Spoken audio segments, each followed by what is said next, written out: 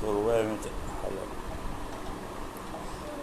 चलते रहोगे चलते रहोगे चलते रहोगे का 18वां एपिसोड आज आपके सामने प्रस्तुत होगा। इसलिए मैं आज सभी देशवासियों को, वंदनीय माताओं बहनों को, देश के कर्णधार नवयुवकों को, परिवार और समाज की चेतना जगाने वाली बहुएं और बेटियां,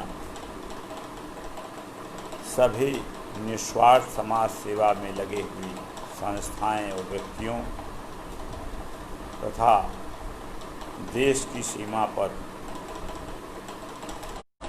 अपने प्राणों को न्यौछावर करने वाले और सीमा की रक्षा करने वाले वीर सैनिकों को भारत भारती की तरफ से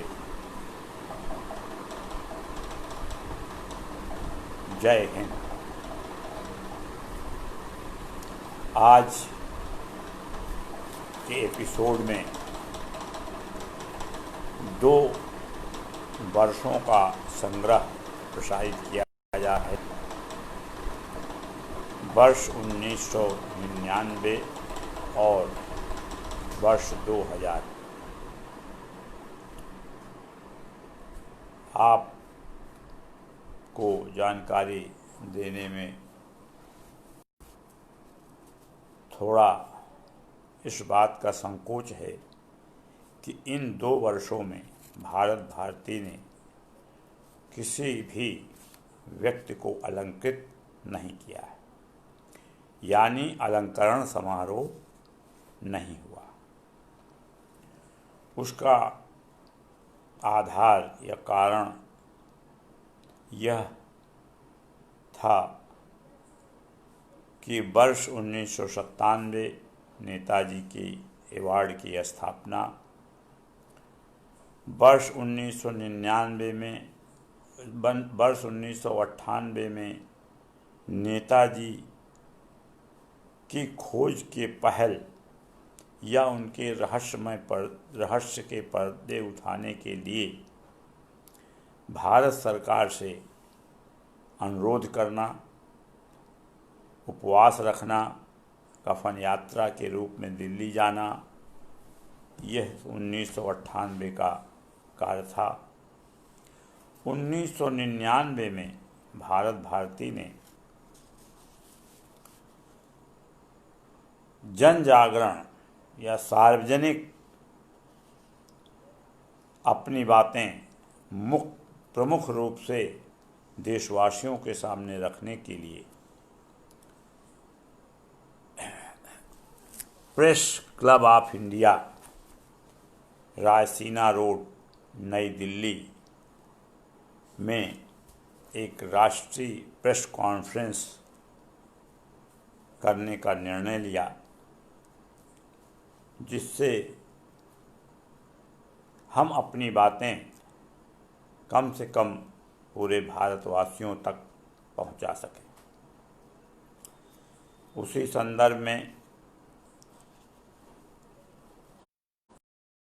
प्रेस क्लब ऑफ इंडिया में कोई भी प्रेस कॉन्फ्रेंस करने के लिए उस समय एक शुल्क अदा करना पड़ता था। शुल्क हमने 14 जनवरी 1999 में जमा करके 22 जनवरी 1999 के लिए प्रेस कॉन्फ्रेंस करने के लिए प्रेस क्लब को आरक्षित कराया, जिसमें हमको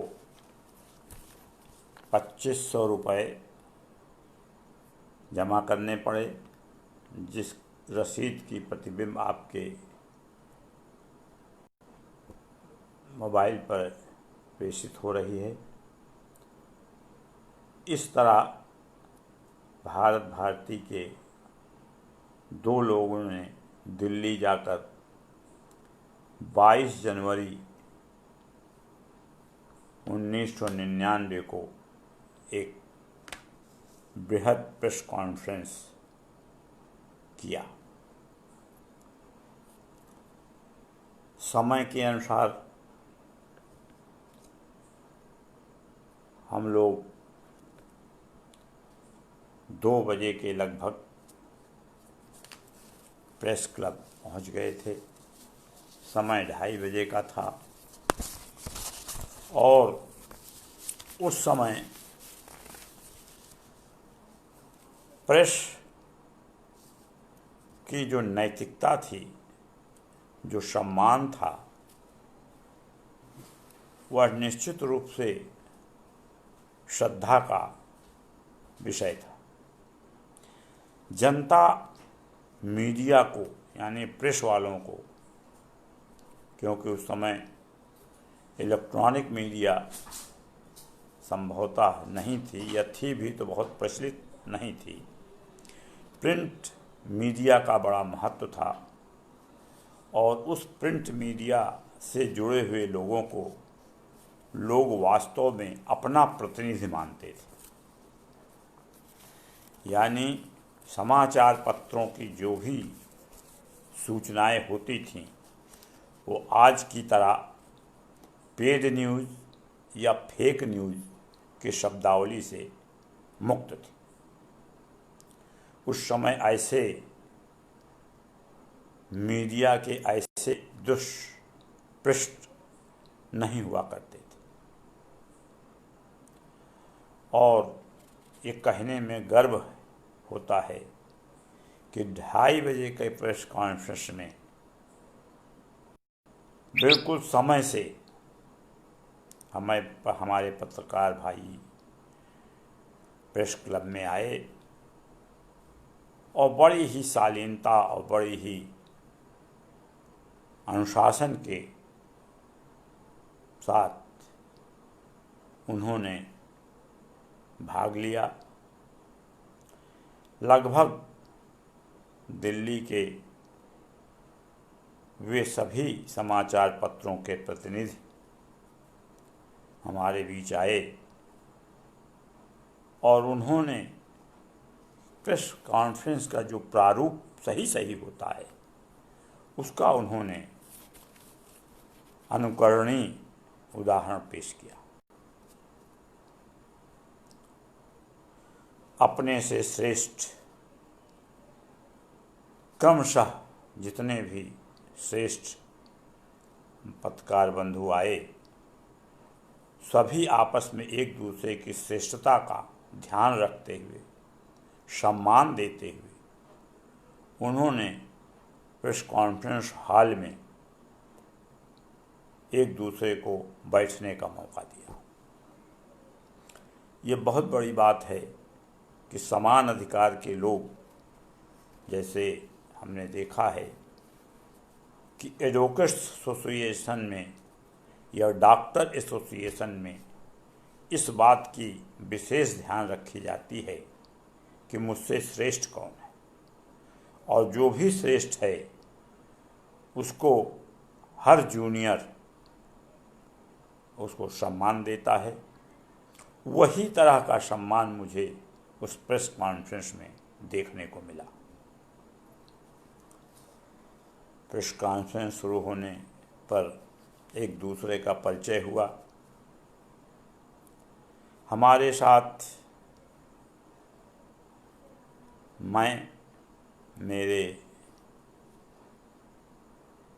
साथी जिन्हें हम अपने शब्दों में भगवान राम कहते हैं, उन्होंने हर जगह मेरा साथ दिया और आज भी देते हैं। अगर मैंने आधी रात को कहा कि भारत भारती के बैनर पर यह काम होना है, तो अनूप जी ने कभी ये नहीं कहा कि कैसे होगा और कर पाएंगे कि नहीं कर पाएंगे। हमसे ज़्यादा हिम्मत उन्होंने दिखाई। ये भारत भारती के लिए बहुत बड़ी उपलब्धि थी। और हमारे साथ वो सम्मानी भारत भारती के शुभचिंतक और अनूप गुप्ता जी के ही पूर्व के परिचित भारती जी, जो कॉलेज लेन कॉलोनी में रहा करते थे, वो अभी मेरे साथ प्रेस कॉन्फ्रेंस में मौजूद थे। और जैसा कि मैंने इसके पूर्व आपके परिचय के लिए उनकी फ़ोटोज़ भी डाली हैं, बहुत ही मदद किया, जबकि दिल्ली जैसे जगह पर निस्वार्थ सहयोग करने वालों की संख्या बहुत ही दुर्लभ होती। और चूँकि वह लोकल थे, उनका अपना राजनीति में उनकी भी अपनी एक पकड़ थी, लेकिन वह पकड़ किसी राजनीतिक दल के साथ नहीं, बल्कि व्यक्तिगत आधार पर वह लगभग अधिकांश वर्तमान सांसदों और मंत्रियों से उनका अपना संबंध था।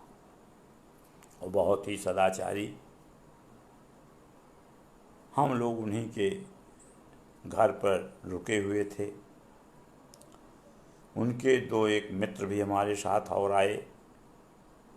और जब प्रेस कॉन्फ्रेंस शुरू हुआ तो सबसे पहले राष्ट्रीय गान की शुरुआत हुई, जो उस मंच की परंपरा है। उसके बाद भारत भारती लोगों ने चाहा और यह पूछा कि आप लोग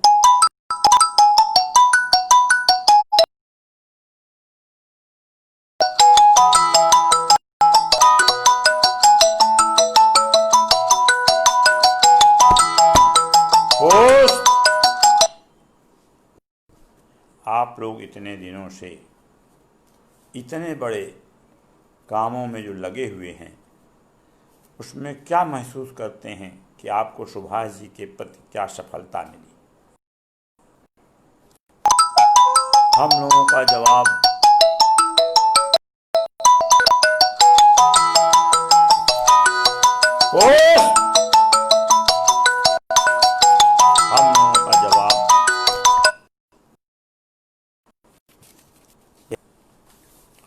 उन लोगों का प्रश्न यही था कि आप लोग इतने दिनों से सुभाष जी के प्रति जो कार्य कर रहे हैं वो बहुत ही सराहनीय है और सफलता की अग्रसर होना चाहिए, लेकिन आप लोगों को इससे क्या प्राप्त हुआ? अभी तक सुभाष जी के प्रति आपको क्या जवाब मिला, क्या सफलता मिली? हम लोगों ने ये बात बताना उचित समझा कि हमने जो भी प्रयास किए सरकार की तरफ से, शासन की तरफ से कोई भी सहयोग नहीं मिला। केवल एक सहयोग हमारे लोगों के ज्ञापन देने के बाद केंद्र सरकार ने मुखर्जी आयोग का गठन किया था और उसमें भारत भारती का उस आयोग के गठन में हमारे मांग को शामिल किया गया था, लेकिन उसमें हमारे की गई मांग का कोई जवाब हाथ नहीं लगा। वो आज भी, तब भी जीरो था और आज भी जीरो है। लेकिन जैसा कहा जाता है कि हम चलते रहेंगे, जैसा कि जयदेव जी ने हमको मंत्र दे रखा है, जब तक हमारी पुरुषार्थ ईश्वर की कृपा बनी रहेगी तब तक संभवतः यह प्रयास अनवरत चलता रहेगा। परिणाम ईश्वर के हाथ होगा, कर्म हमारे हाथ है, क्योंकि भगवान कृष्ण ने बहुत शुद्ध शब्दों में कहा है, कर्मयेधिकावारस्ते। कर्म करने का अधिकार मेरा है, फल का नहीं। फल देना ईश्वर का काम है। उसके बाद विषयांतर हम लोगों ने अपनी बातें रखनी शुरू की और उसमें खास तौर से नेताजी के अस्थियों के विषय में ही रही, क्योंकि वर्ष 1998 में जब कफन यात्रा लेकर हम लोग दिल्ली गए थे, तब भी हमारा मुख्य मुद्दा यही था। लेकिन इस बार जो हमने प्रेस कॉन्फ्रेंस में मुख्य रूप से रखी, वो मुद्दा ये था कि इससे पूर्व रेणुका जी मंदिर में रखी हुई अस्थियों को सरकार ने या किसी भी माध्यम से, मैं नहीं कह सकता, उस समय तक विवादित ही मानी जाती रहीं और सरकार ये कहती रही, इस बात की पुष्टि नहीं है कि वह रखी हुई अस्थियां जापान में नेताजी की हैं, इसकी पुष्टि नहीं हुई है और न उस समय तक हुई थी। उसी संदर्भ में हम लोगों का एक दबाव भी था और मांग भी थी कि अब वो समय नहीं है कि हम इस बात की पुष्टि न कर सकें कि वो अस्थियां किसकी हैं। अब हमारे वैज्ञानिक युग में डीएनए परीक्षण का जीता जागता एक मूल्यवान माध्यम है। अगर हमको संदेह है कि वो रखी हुई अस्थियां सुभाष जी की हैं या नहीं हैं, तो उनकी डीएनए परीक्षण कराई जाए। और यदि परीक्षण में, क्योंकि परीक्षण करना आसान भी होगा, क्योंकि सुभाष जी के ख़ानदान के बहुत से लोगों के साथ साथ उनकी पुत्री जो जर्मन निवासी हैं अनीता बोस जी, उनके रक्त से क्रॉस परीक्षण कराकर यह परिणाम शुद्ध रूप से निकल सकता है कि वो अस्थियां सुभाष जी की ही हैं या हैं कि नहीं। इस बात को प्रेस कॉन्फ्रेंस में हर पत्रकार ने बड़ी ही प्रमुखता से और बड़े ही उत्साह के साथ अपने नोट्स में जगह दी। और उन लोगों का भी ये कहना था कि ठीक है, आज तक तो ये बातें सामने नहीं आई और हम लोगों ने भी इस बात का ध्यान नहीं दिया कि यह बहुत मूल्यवान मांग है और इससे स्पष्ट हो जाता है कि वो राख की परीक्षण कराकर हम निर्मूल रूप से यह इस स्तर पर पहुंच सकते हैं कि वो राख नेताजी की है। इसी के साथ साथ हम लोगों ने और भी बहुत सी मांगें जो रखीं, उसकी अखबार की जो हमने प्रतिलिपि भेजी है फेसबुक पर, वो उसे आप पढ़ के अनुमान लगाएंगे। हम लोगों ने यह मांग रखी है कि नेताजी का राष्ट्रमंडल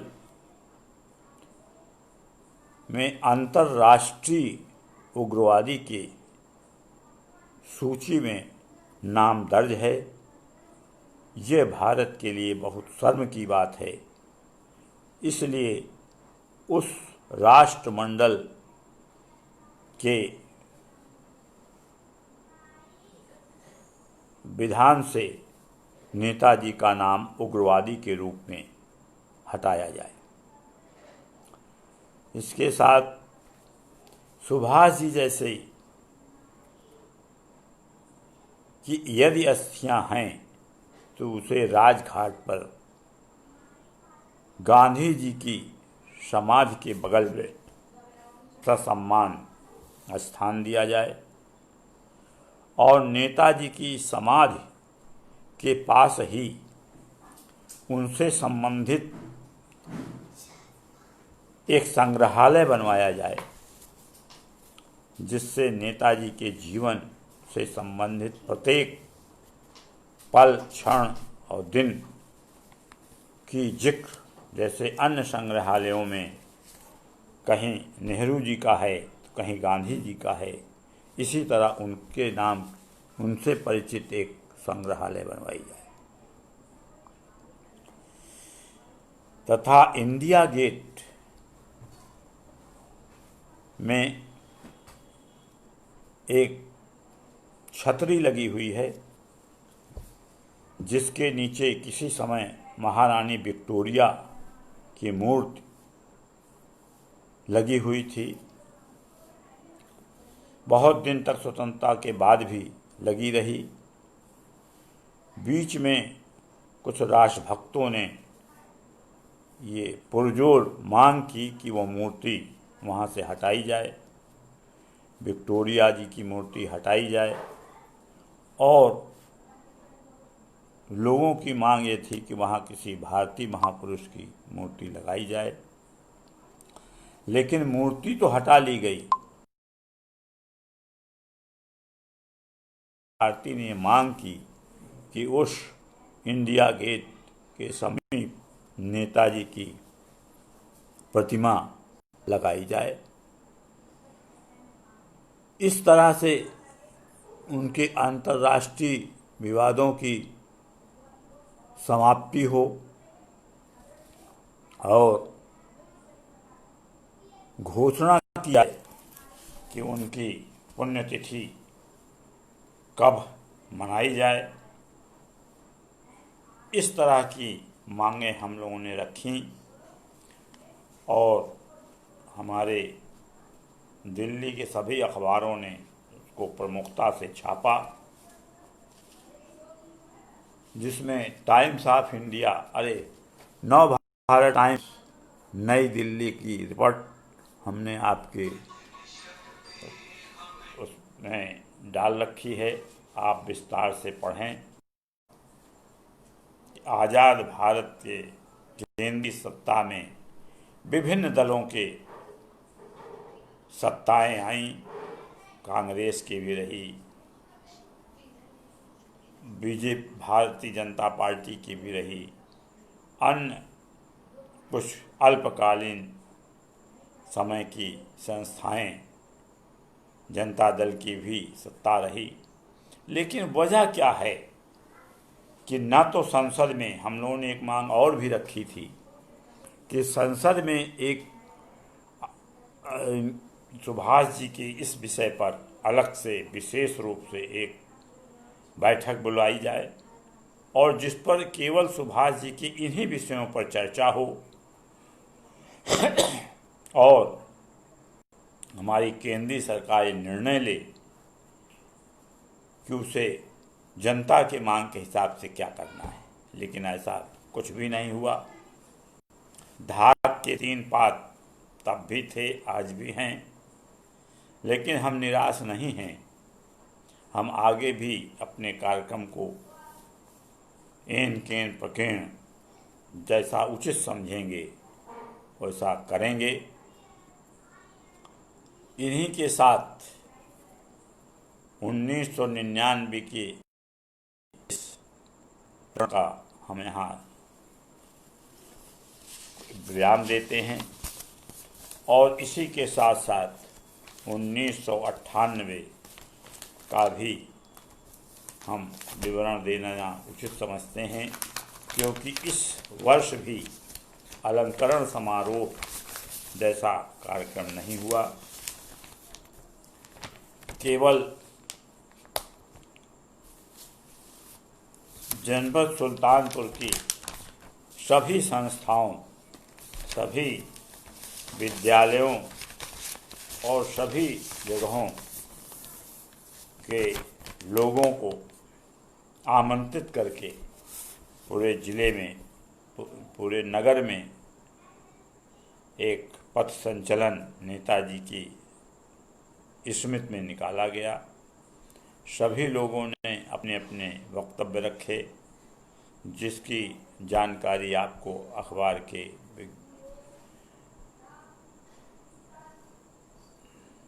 उससे भेजी जा चुकी है। आप उसे देखें और यह महसूस करें कि भारत भारती ने अभी तक नेताजी के संबंध में जो भी प्रयास किए हैं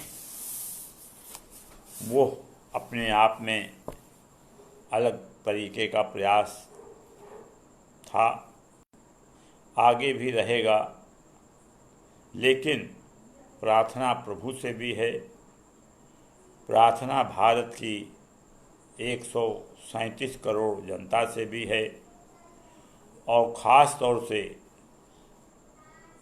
अपने केंद्रीय सरकार से भी है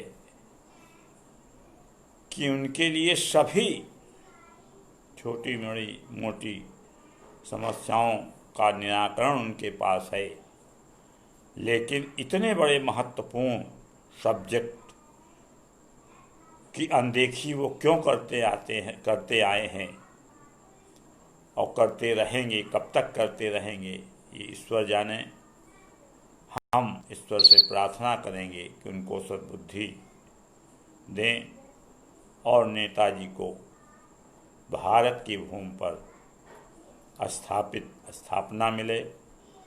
इसी के साथ हम आपके कार्यक्रम को विराम देते हैं। जय हिंद, जय भारत।